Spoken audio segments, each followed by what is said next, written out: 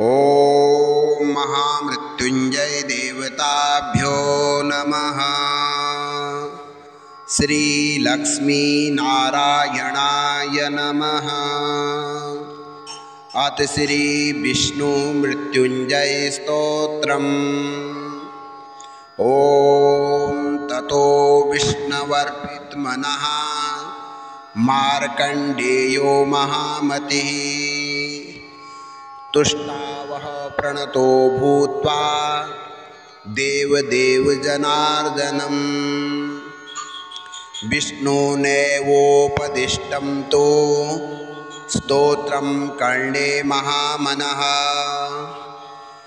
सम्भावितेन मनसा तेन तुष्टाय माधवाम्। ॐ नमो भगवते वासुदेवाय।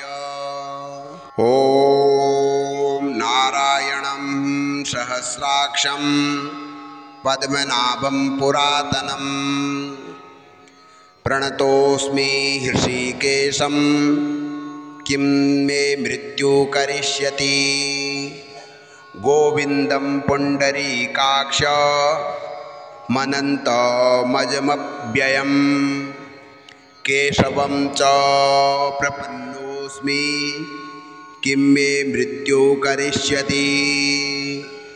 वाराहं वामनं विष्णुं नारसिंहं जनार्दनं माधवं च प्रसन्नोऽस्मि किं मे मृत्यु करिष्यति।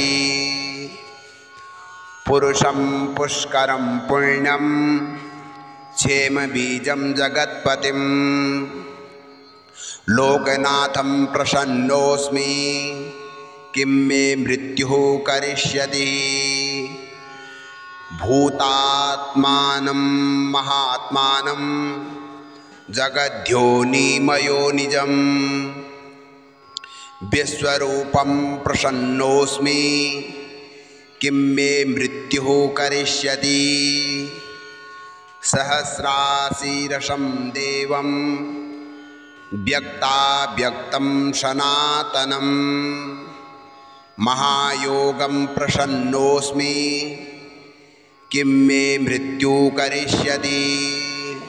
इत्युदीरिति मार्कण्डेय स्तोत्रं तस्य महात्मनः।